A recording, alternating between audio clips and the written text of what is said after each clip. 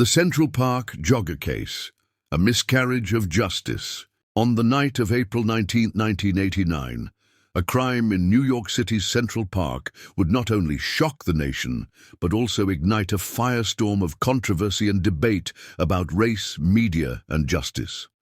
This is the story of the Central Park Jogger case. Trisha Meili, a 28-year-old investment banker, went for a jog in Central Park that evening. At some point during her run, she was brutally attacked, beaten and sexually assaulted, left for dead in a ravine. Miraculously, she survived. As news of the attack spread, the city erupted with outrage. The media called it the crime of the century, and pressure mounted on police to find those responsible. Within days, police arrested 5 teenagers: Raymond Santana, Kevin Richardson, Antron McCrae, Yusef Salam, and Corey Wise. Under intense interrogation, the boys gave videotaped confessions implicating themselves in the crime. But there was a problem. The confessions didn't match the evidence, or each other.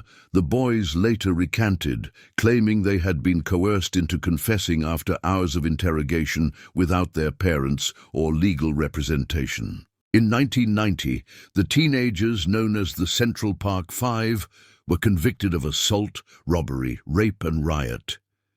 Despite the lack of physical evidence linking them to the crime, they received sentences ranging from 5 to 15 years in prison. To many, the case seemed closed, but for the families and supporters of the boys, the fight for justice was just beginning. More than a decade later, an unexpected confession would change everything. Matias Reyes, a convicted serial rapist and murderer, admitted he was the sole perpetrator of the attack on Trisha Meili.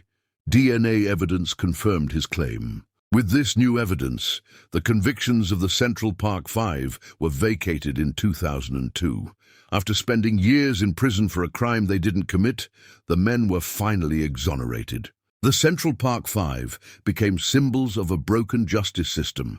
Their story highlighted the dangers of racial bias, media sensationalism, and coercive police tactics. In 2019, their story reached a new generation through the acclaimed series When They See Us, sparking renewed conversations about systemic injustice. Today, the 5 men, now known as the Exonerated Five, continue to advocate for change, using their painful experiences to fight for others. The Central Park Jogger case is a sobering reminder of the consequences of rushing to judgment.